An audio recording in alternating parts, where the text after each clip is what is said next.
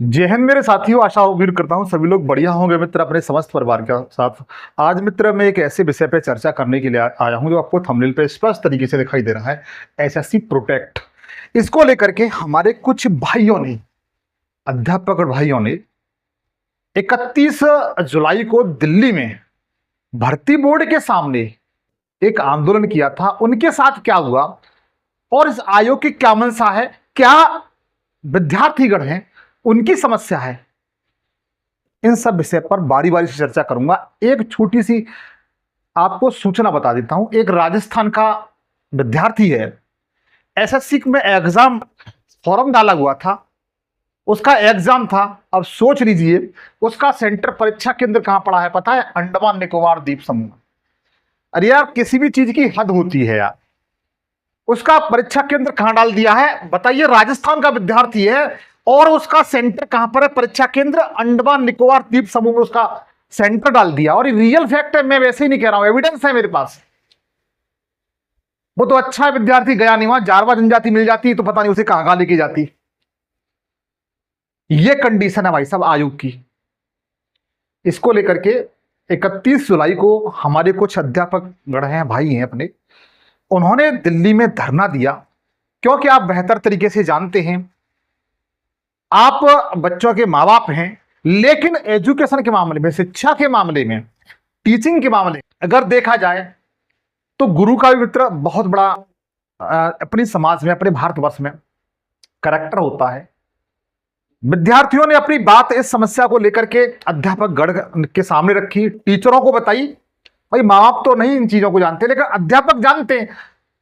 उनके सामने विद्यार्थियों ने अपनी आवाज रखी, अपनी बात रखी। तो अध्यापकों ने कहा कि आप चिंता न करें, हम इस डेट को 31 जुलाई को दिल्ली में आयोग के सामने अपनी बात रखेंगे। और बात रखने के लिए ही गई थी, कोई सरकार से लड़ने, आयोग से लड़ने या कोई आतंकवादी के रूप में नहीं गए थे। लेकिन सरकार ने, आयोग ने अध्यापक गणों के साथ क्या किया मैं आपको बारी बारी से बताऊंगा। और मुख्य समस्या क्या थी उस पर भी मैं आपको स्पष्ट तरीके से चर्चा करूंगा मित्र। देखिए, ये अपने अध्यापक गण थे, आप, मैं जानता हूं आप इनसे परिचित होंगे।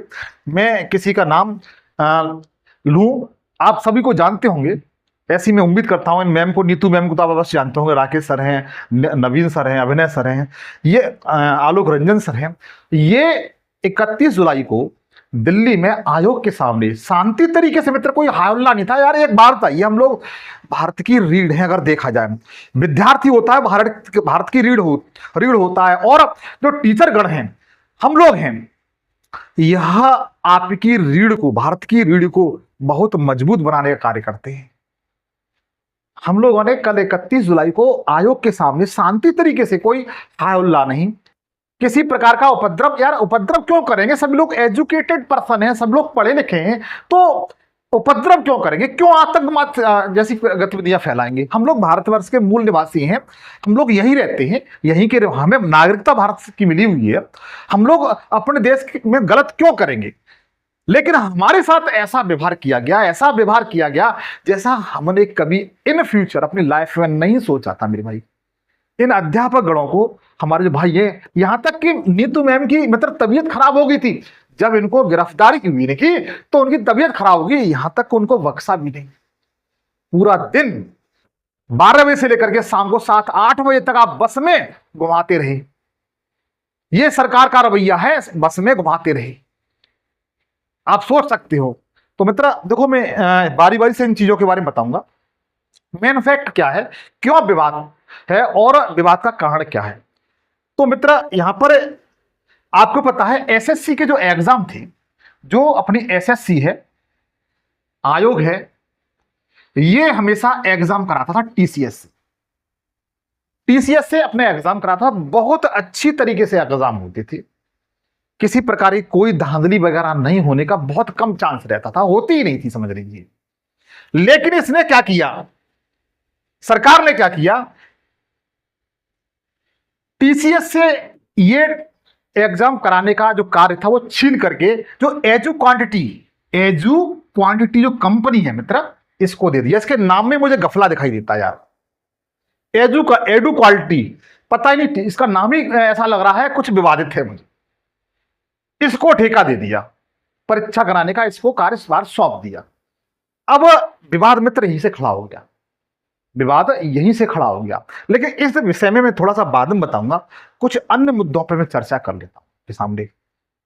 पहली बात मैंने आपको बताई कि एक विद्यार्थी अपना राजस्थान का था, उसका परीक्षा केंद्र कहां डाल दिया, परीक्षा केंद्र था मित्र, वो कहां पहुंचा दिया, अंडमान निकोबार द्वीप समूह में। अंडमान निकोबार द्वीप समूह में, द्वीप समूह।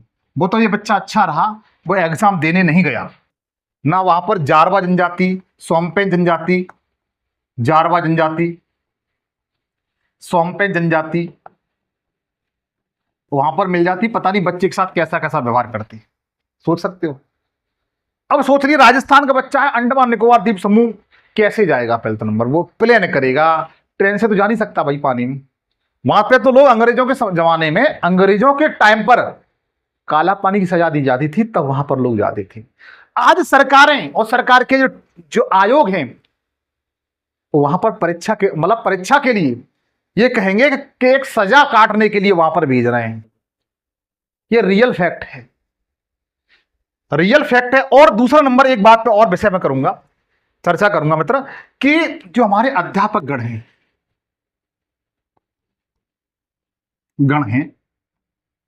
इनके विषय में लोग अनेक तरह की बातें कर रहे हैं, अनेक अफवाह वाली बात कर रहे हैं। कोई कहता है कि टीचर नेता बन रहा है, कोई लोग क्या कहते हैं, बहुत से लोग कह रहे हैं राजनीति बहुत। अब इस मुद्दे को जो राजनीतिक पार्टी हैं, राजनीतिक लोगों को क्या कहते हैं, जो सरकार के अंधभक्त हैं वो कहते हैं कि जो टीचर हैं, अध्यापक वो क्या बन रहे हैं, नेता बन रहे हैं। मेरे भाई एक बात बताओ, एक छोटी सी बात बताइए मेरे भाई, अगर मैं गलत कह रहा हूं तो आप मुझे इस कमेंट्स में गाली लिख सकते हैं, मैं आपकी गाली एक्सेप्ट करने के लिए स्वीकार हूं। जब एक अपराधी, बलात्कारी, चोर, डकैत और जबरन जमीन को हड़पने वाला क्रिमिनल नेता बन सकता है, सांसद बन सकता है, संसद में जा सकता है, संसद में जा सकता है, तो एक अध्यापक नेता नहीं बन सकता। मुझे इस बात का आप जवाब दीजिए, मुझे आप इस बात का जवाब दे दीजिए कि एक क्रिमिनल जब नेता बन सकता है, उसे बनने की आजादी है, और एक योग्य टीचर, पढ़ा लिखा, जिसने लाखों विद्यार्थियों का भविष्य बना दिया, क्या वो नेता बन जाए? तो कौन सी गलत बात है मेरे भाई, कौन सी गलत बात है ये बताइए। और आप आज कहते हैं कि नेता है वो राजनीति कर रहे हैं, नेता हैं वो अध्यापक है वो राजनीति कर रहे हैं, इसमें क्या राजनीति वाली बात है? अगर कोई अध्यापक अपने विद्यार्थियों की समस्या को लेकर के आयोग के सामने जाता है, सरकार के सामने जाता है, अपनी बात रखना भी गुनाह है। क्या इस देश में संविधान है या नहीं? क्या इस देश में संविधान है या नहीं? कहां आर्टिकल 19, 20, 21 सारे खत्म हो गए, सारे आर्टिकल खत्म हो गए? मुझे यह बताइए, क्या एक अध्यापक को अपने बच्चों की, जो उनसे जुड़े हुए हैं, लाखों आशाएं रखते हैं विद्यार्थी अध्यापकों से, जितनी अपने मां बाप से रखते हैं उतनी अध्यापकों से रखते हैं, नेताओं से इतनी आशा नहीं रखते, नेताओं से इतनी आशाएं नहीं रखते, लेकिन अध्यापकों से मित्र बहुत आशाएं रखते हैं। क्या एक अध्यापक अपने बच्चों की आवाज आयोग के सामने नहीं रख सकता है? क्या सरकार के सामने नहीं रख सकता है? मुझे ये बताइए, क्या ये अधिकार सरकार ने सब खत्म कर दिए? क्या ये अधिकार हैं वो सारे सरकार ने खत्म कर दिए? मित्र, कल ऐसा ही हुआ है, कल ऐसा ही हुआ है इन अध्यापक गण के साथ। जो हमारे अध्यापक टीचर थे, भाई थे अपने, उनके साथ यही हुआ है। जब आयोग पहुंचे तो इन्हें पुलिस द्वारा बलपूर्वक और जबरदस्ती, जिसमें आप देख रहे होंगे अध्यापक टीचर भी हैं और महिला भी हैं, इन दोनों को, इनको अरेस्ट किया गया, नजरबंद कर लिया गया, बस में बिठा दिया गया, और पूरे दिन बस को दिल्ली और हरियाणा बॉर्डर पे घुमाते रहे। यहां तक कि महिलाएं जो टीचर महिला थी वो वॉशरूम के लिए परेशान रही, वॉशरूम तक नहीं करने दिया मुझे। अब सोच सकते हो, नीतू मैम बेहोश हो गई थी। एक टीचर थे, उनके हाथ में डंडा मारा बुरी तरीके से, उनका हाथ में फ्रैक्चर आ गया। ये होते हैं अधिकार मांगने पर, ये पनिशमेंट होता है अपने देश में, ये पनिशमेंट होता है। अगर आप अधिकार मांगोगे, राइट्स मांगोगे, अपनी आवाज रखोगे, अपनी बात रखोगे, तो ये सजा मिलती है। हमारे अध्यापक गण को ये समझ लीजिए, पूरे दिन 12 बजे से लेकर के 12 बजे से लेकर के इन अध्यापकों को 12 बजे से लेकर के शाम को 8 बजे तक, शाम को 8 बजे तक बस में बैठ करके पूरे दिल्ली घुमाते रहे, पूरे दिल्ली घुमाते रहे। गर्मी का मौसम था, भीषण गर्मी थी। गर्मी मतलब बरसात के बाद जो गर्मी होती है वो वाली। इतनी समस्याओं का सामना करना पड़ा। एक दो टीचर में हमारे जो भाई थे वो बेहोश हो गए, महिला जो नीतू मैम थी वो बेहोश हो गई। सोच लीजिए, लेकिन सरकार ने 1% बात नहीं सुनी, 1% बात नहीं सुनी मेरे भाई, बिल्कुल भी। और शाम को 9 बजे थाने लेकर के आए, और थाने ला करके तब अध्यापकों को छोड़ा रात में 9 बजे के समय। आप सोच सकते हो, क्या अपनी बात रखने का, अपने अधिकारों की मांग रखने का अध्यापकों को, जो भारत का भविष्य का निर्माता होता है, क्या उसे अधिकार नहीं है मेरे भाई? क्या उन्हें अधिकार नहीं है कि वो अपने बच्चों की आवाज सरकार तक पहुंचाए? क्या वो जब एक क्रिमिनल नेता बन सकता है तो अध्यापक क्यों नहीं बन सकता मेरे भाई? क्यों नहीं बन सकता? और इसमें बहुत से लोग ये भी कहेंगे मेरे भाई कि टीचर हैं, अध्यापक हैं, वह अपना बिजनेस चलाने के लिए ये सारी नौटंकी कर रहे हैं। तो मित्र, एक बात ध्यान रखना, आप सही हैं, चलो मान के चलिए, लेकिन विद्यार्थियों का अच्छा तो कर रहे हैं, विद्यार्थियों को भविष्य के साथ खिलवाड़ तो नहीं कर रहे हैं। एक टीचिंग का कार्य कर रहे हैं, पढ़ा रहे हैं। और पढ़ाना, टीचिंग करना कौन सी अपराध की श्रेणी में आता है मेरे भाई? और कौन सा वो अपना ताजमहल खरीद लेंगे? तो मित्र, ये सारी बातें गलत हैं। मैं चाहता हूं सरकार हमारी बात सुने। जिन भाइयों के साथ गलत हुआ है, अध्यापकों के साथ उनको बेइज्जत किया गया है, अध्यापकों को बेइज्जत किया गया, उन्हें लाठियों से पीटा गया है, सरकार इस ओर ध्यान दे। ऐसी में सरकार से उम्मीद रखता हूं, चाहे दिल्ली में सेंट्रल गवर्नमेंट हो या वहां की स्टेट गवर्नमेंट हो, ऐसी में आशा करता हूं और मैं अनुरोध भी करता हूं कि सरकार इन सब चीजों पर ध्यान दे। और हमारी जो मांग है वो गलत नहीं है। हम लोगों ने यह भी कहा था कि हम 4 टीचर अंदर आयोग में जाने के लिए इच्छुक हैं, केवल 4 लोगों को बुला लिया जाए। आयोग इस पर भी तैयार नहीं हुआ था मित्र, आयोग इस पर भी तैयार नहीं हुआ और हमारे साथ गलत व्यवहार कराया गया। अब देखो, मेन मुद्दे पर आता हूं। मेन मुद्दा क्या है मित्र? मेन मुद्दा मित्र यह है कि जो कंपनी है ये वाली एडू क्वालिटी, मैंने बताया ना, और ये कंपनी मित्र हमेशा विवादों में रहती है। कैसी रहती है? विवादों में। सरकार ने क्या किया है? देखो, ये जो कंपनी है हमेशा विवादों में रही है, आज से नहीं, बहुत पहले से विवाद में रही है। कारण इसका क्या है?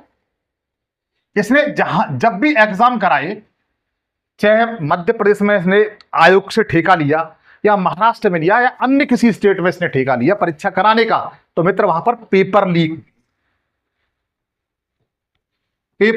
हुए, हैकिंग हुई। हैकिंग जानते हो आप? नहीं जानते हो तो गूगल पे सर्च करके देख लेना। हैकिंग हुई मतलब स्किन अपने आप चलने लगी, पेपर लीक कराए, स्किन उठवाई और अनेक प्रकार की ब्लूटूथ के माध्यम से जिस तरीके से यह कंपनी धांधली कर सकती थी, इसने की। यह हमेशा पहले से ही बदनाम थी। लेकिन हुआ ऐसा कि सरकार ने क्या किया मेरे भाई, अपनी जो गवर्नमेंट है उसने क्या किया, उसने ये काम किया कि जो टीसीएस एग्जाम कराती थी उसे परीक्षा केंद्र कराने का कार्य न सौंप करके एडू क्वांटिटी जो कंपनी थी मित्र, इसको कराने का ठेका दे दिया।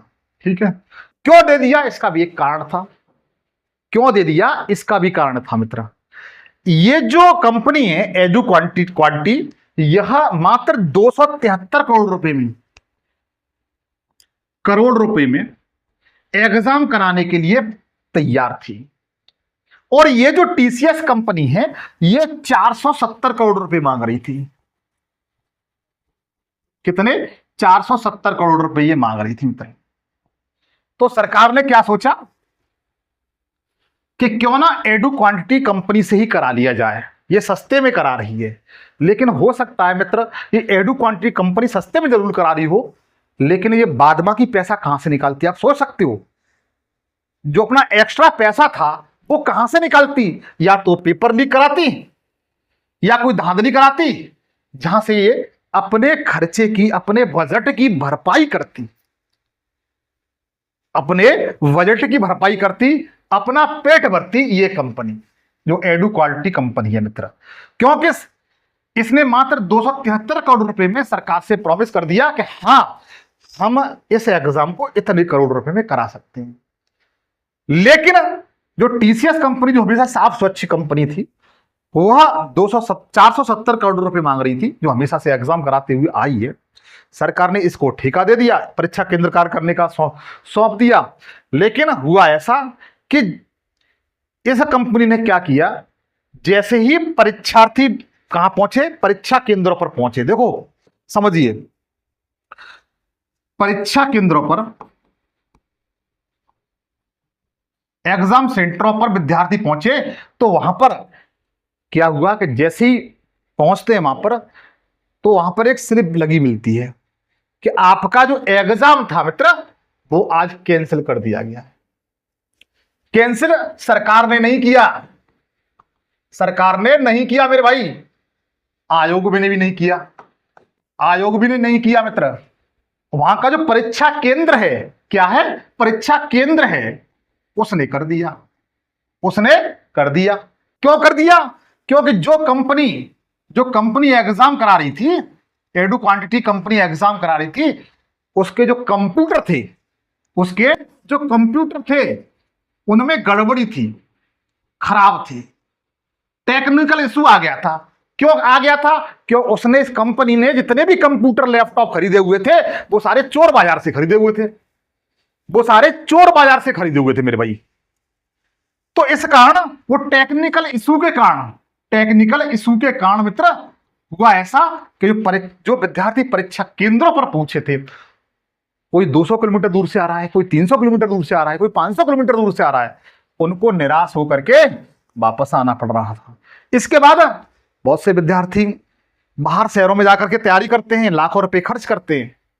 पता चला एग्जाम सेंटर पर उनकी परीक्षा ही कैंसिल हो गई। 1 साल से दिल्ली में रह रहे हैं, 1.5-2 लाख 3 लाख रुपए खर्चा आ रहा है, वो सारा वेस्ट हो गया। किसके कारण? कि टेक्निकल इश्यू आ गया था, कंपनी को ठेका दे दिया था, कंपनी ने चोर बाजार से कंप्यूटर खरीद लिए। अब इसमें ये बताइए बच्चों का क्या दोष है? इसी आवाज को उठा करके, जब ये एक परीक्षा केंद्र पर नहीं हुआ, ये अनेक जगह ऐसा देखा गया, और वहां पर परीक्षा केंद्रों पर विद्यार्थियों ने हंगामा किया, आंदोलन किया, लेकिन कोई सुनवाई नहीं हुई। जब अनेक विद्यार्थी अध्यापकों से जुड़े हुए हैं, अपनी समस्या उनके सामने रखी। भाई जो बच्चा होता है, छोटा बच्चा, तो उसे भूख लगती है, अपनी मां से कहता है। इस मामले में, शिक्षा के मामले में, कंपटीशन के मामले में, जो विद्यार्थी हैं उनके माँ बाप कौन है? टीचर होते हैं। उन्होंने अपनी समस्या को बताया तो अध्यापकों ने कहा आप चिंता न करें, आप अपनी तैयारी करिए, हम तुम्हारी बात को आयोग तक पहुंचाते हैं और इस मामले जो तुम्हारी समस्या उसको समाधान करने का पूरा प्रयास करते हैं। मेरे भाई इसी बातों को लेकर के गए थे आयोग, और आयोग ने हमारे टीचर भाई हैं उनके साथ बहुत गलत किया। तो मित्र आप लोगों की क्या राय है? क्या अपने देश में हमें अधिकार नहीं मिले हुए हैं अपनी बात रखने के? आप मुझे कमेंट्स में जरूर बताएं। क्या टीचरों के साथ गलत हुआ? इस पर आप कितनी सहमत हैं, आप मुझे बताएं मित्र।